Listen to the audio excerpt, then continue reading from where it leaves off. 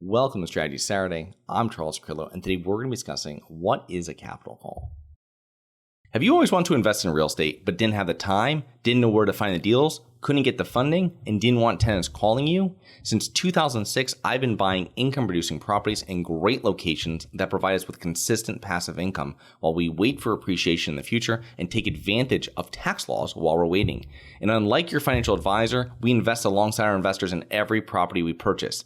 Check out investwithharborside.com. If you like the idea of investing in real estate, if you like the idea of passive income, partner with us at investwithharborside.com. That's investwithharborside.com.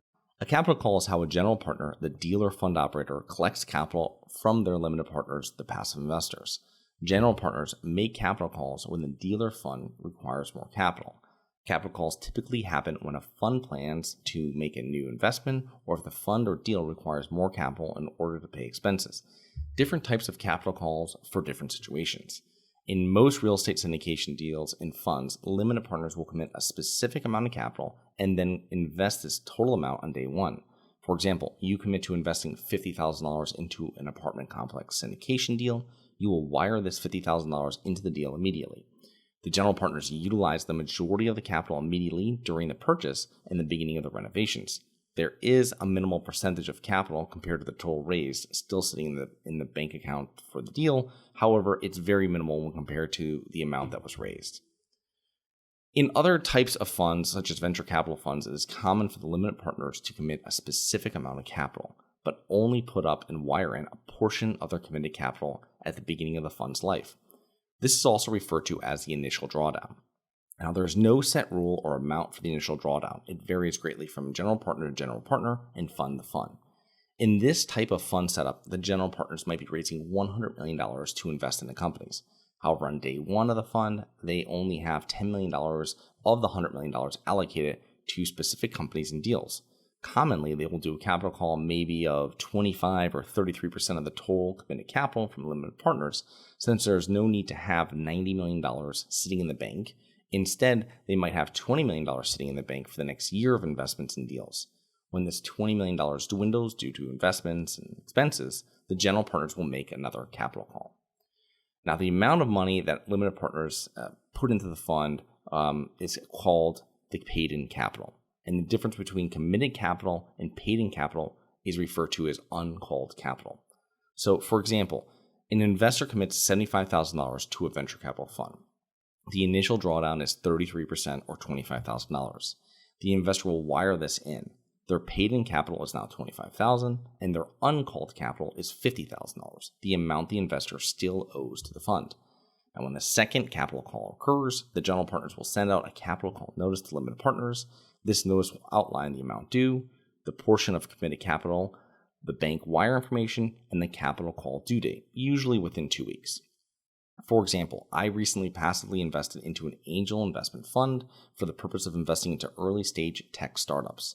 The initial drawdown was 33%, and I was told to expect the second one in about 12 to 15 months, and then the third one 12 to 15 months after that.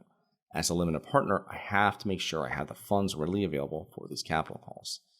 Now, the benefits of the capital calls model for limited partners, specifically for venture capital funds, are it allows passive investors the ability to possibly earn higher returns on capital that's not being utilized by the fund manager.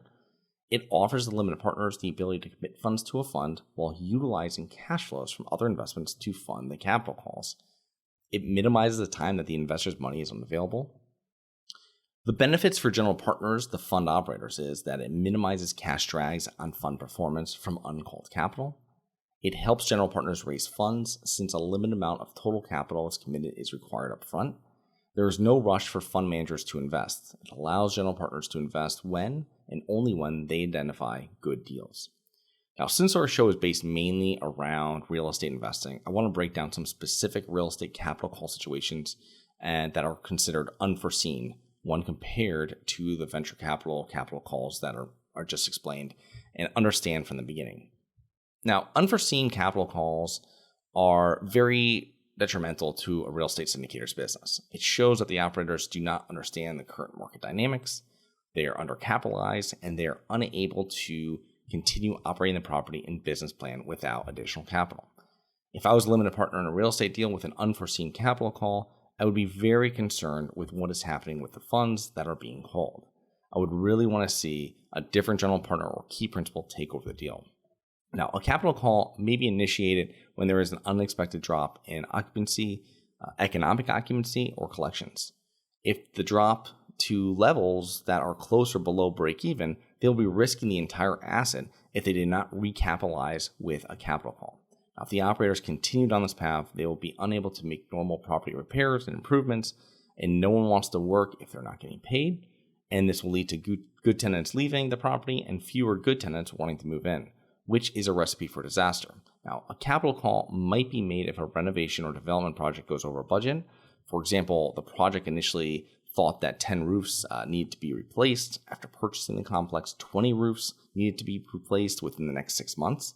The syndicators did not correctly perform due diligence, and now they need to find money for 10 more roofs in the next 180 days. Now, a capital call might take place if financing and debt terms change on a property. And this is a big one that can happen to not only new investors, but also experienced investors alike. If they misjudge interest rates for floating rate debt, if they are paying interest rate of 4% on your debt and interest rates spike 2%, when it readjusts, they do not have an interest rate cap, your debt payments will dramatically increase. That is why floating rate debt is only for experienced investors. If you're interested in learning more about this topic, you can check out SS115, SS117, and SS120. Or worse yet, the mortgage loan is coming due and the property has decreased in value. Since it is in recessionary times, most banks are not lending at the same loan to value. In order to refinance, operators and limited partners need to make up the spread between the previous loan to value and the lender's new loan to value. So let me give you an example here. So you purchase a property for $1 million with interest-only debt, 80% loan to value, and it has a 3-year term. And the property drops during a recession to a value of $900,000. Well, however, lenders are now lending at only 65% loan to value. So now you need to refinance an $800,000 loan with loan proceeds of only $585,000. So 65% of the new value, which is $900,000. So the operators need to sell and lose $100,000 because the property has dropped 10% from their initial purchase price, plus all the capital they invested, or ask investors for $215,000 to be able to refinance. It's not an easy decision, and it's going to be very difficult when you're going back to those investors. Now, some passive investors might feel that since there is a capital call, the property is completely lost and there's no hope for it. This might be true in some situations, but it could also be, false, because it depends on really how the operators handle the problems at hand. Now, most operators will put in their own money into the deal at 0% interest in order to right the ship, and others might not have that money or might not want to do that. So it really shows you how important it is that the sponsors that you're investing with are really financially stable.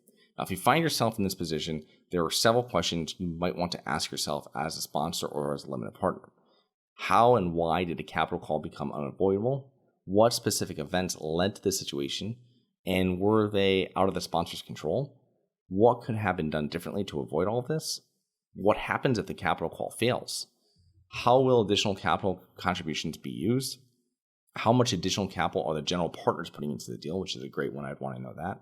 How will asset management and property management change? Also very important. And how are the general partners going to reduce and waive fees in order to compensate limited partners? Another great point.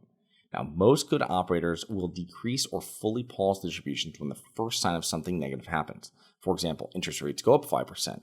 If you have floating or fixed rate debt, either way, this could dramatically damage the economy, and which will damage your possible collections and your tenants' livelihood and financial livelihood at the property right now. Now, renovations are going over budget, or other repairs have recently appeared that were unforeseen that need to be addressed as soon as possible. Either way, good operators will usually be able to notice small issues now that might turn into big issues down the road.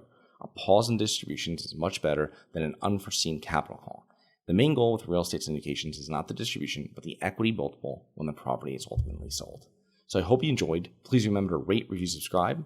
Submit comments on potential show topics at globalinvestorspodcast.com.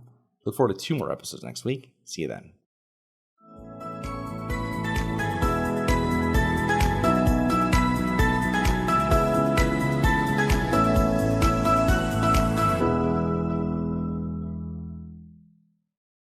Nothing in this episode should be considered specific, personal, or professional advice. Any investment opportunities mentioned on this podcast are limited to accredited investors. Any investments will only be made with proper disclosure, subscription documentation, and are subject to all applicable laws. Please consult an appropriate tax, legal, real estate, financial, or business professional for individualized advice. Opinions of guests are their own. Information is not guaranteed. All investment strategies have the potential for profit or loss. The host is operating on behalf of Syndication Superstars LLC exclusively.